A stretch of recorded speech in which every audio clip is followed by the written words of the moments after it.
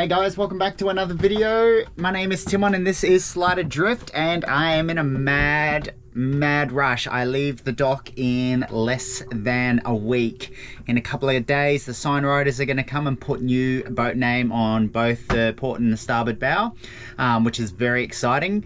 And I'm just trying to get as much done at the dock as I can that I need the dock for. What am I doing now? Currently I have 790 watts of solar. I'm on the Gold Coast in Australia at my latitude. In full sun in winter at the moment, it's not enough power. It's pulling in at the most 50% because everything is electric on this boat. Like, it's electric induction, it's electric obviously fridges and all that kind of stuff. Yeah, that's just not enough. I couldn't find those exact panels, but I did get some more maxeon. I think they're 3, but they're 415 watts, and so I need a place to install those. They're either going to be on the lifelines or up on top of the bimini if I can fit them, maybe hanging over the davits as well. If that looks okay, that's probably the most ideal because they'll be out of the way. So 830 extra watts, and yeah, just going to install those now.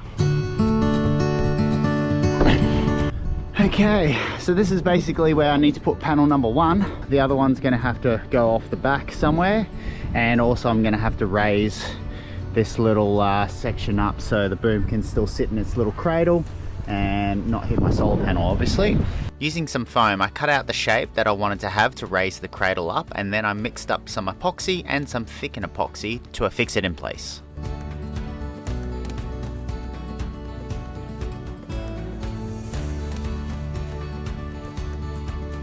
I've got these brackets. They are powdered coated aluminium, just from Bunnings, probably a bookshelf or something, I don't know. I've got 4 of these and I'm just gonna cut it off to the appropriate size and bolt them onto that panel.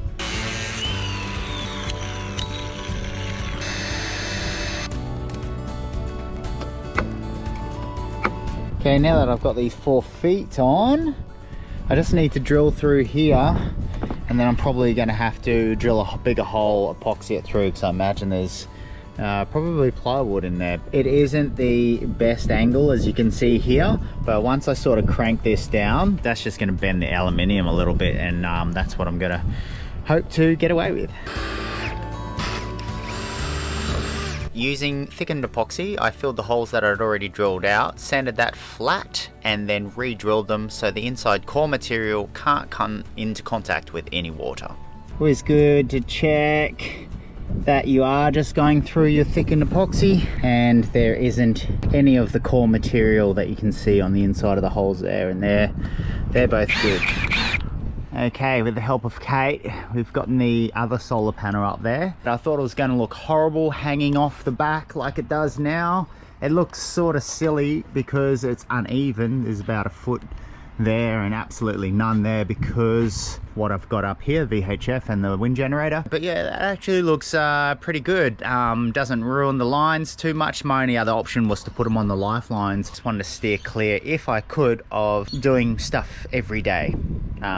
Moving solar panels up, moving solar panels down, they'll be in your way. It is the tiniest of tasks, but anything that you need to do often that you don't feel like you should have to do becomes a bit mundane. Okay, so now I just got to fix it here somehow. So what I've come up with so far is a U-bolt straight through there like that, and I'm just going to keep on attaching it on as many points until it feels super rigid and solid.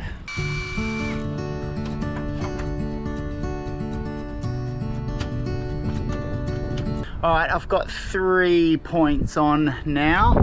1, 2, 3. The theory is to get myself out of trouble without having to do any welding.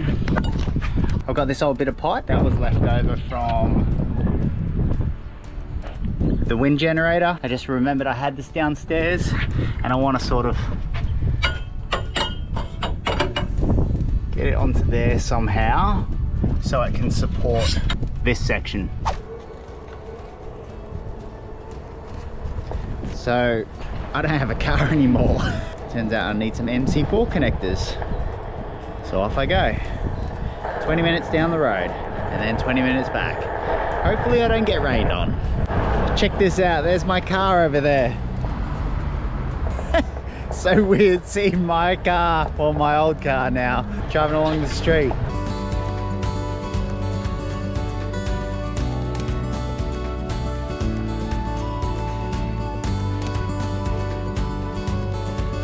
Took a little bit longer than I expected. That was about an hour and 25 minutes. And now it's dark and I'm freezing.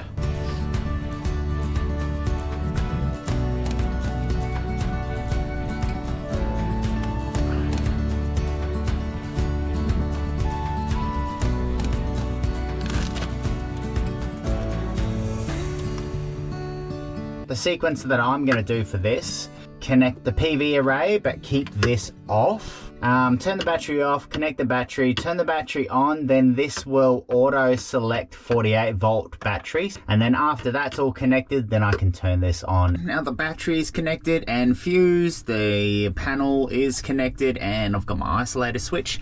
Time to turn it on, see what it does. And we can see both are up here now, and it's overcast today so they're not pulling in much, but yeah, now I've got about 1600 watts of solar. Good morning. Rush. Now I've got half a day to get the old decals off of the old boat name, which is Falkor, and the installer should be here just after lunch to put on the new boat names.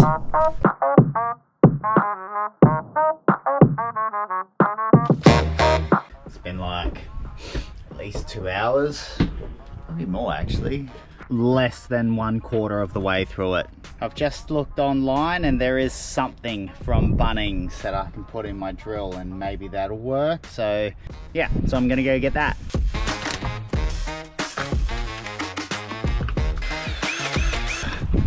Please let this work.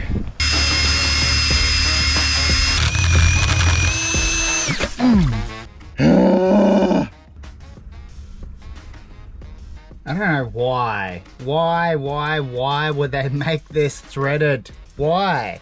Why would they make this fucking threaded? Fucking idiots. Go get another one. Round 2. So this little section I've now taken off this. I have no idea why it's even there. No, don't get me started. Stupid friggin' design. Mark's here and he's going so much quicker than me for this boat name. Just made him a coffee. See what he's up to. Took me about 3.5 hours to do half, and it's taken Mark about 10 minutes to do the rest. So I tried the heat gun and it didn't work for me. He put a lot more heat into it than what I put into it. It's obviously melting the glue behind the vinyl. After that, it was just using a adhesive solvent sort of thing that made it just scrape off, and then he used sort of alcohol to wipe off that adhesive solvent. Whenever I'm doing anything DIY, I always try and think, is this something that I just need to find out how to do it and just take my time if it's my first time? Or is this something that I need to do multiple times before I sort of get it right? And applying a sticker, I didn't even do the registration sticker on the back of the boat properly. It's sort of a little bit weird. That's how I gauge whether I'm going to do something or not. Or if I was somehow applying heaps of stickers in the future, then I'd probably give it a go myself and start to learn it, but I'm obviously not going to be doing that. So there's the second color. Can you tell what the boat name's going to be? What is that going to be? Pickles? Freckles?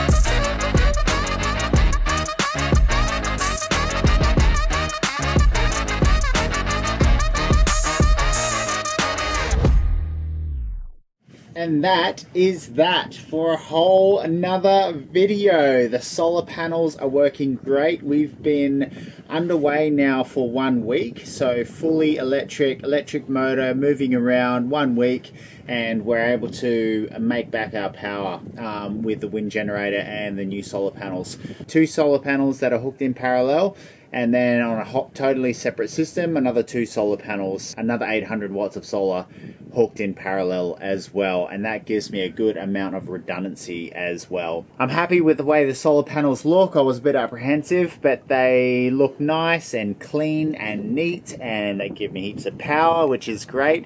And the boat name is awesome. I'm really happy with the boat name. I'm really happy with the location of the boat name. The installer was great.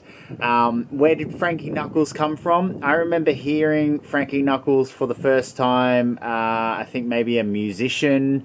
It just sounds like a real gangstery Boston old school name. Like Jimmy Blue Eyes got 20 years and Frankie Knuckles got life. Something along those lines. Yeah, I really like Frankie Knuckles, so happy with that as well. Some of you may have noticed in this video, or maybe even the previous ones, this fang dangle tender that I've got in the background, and that's coming up in the next video. Okay, bye.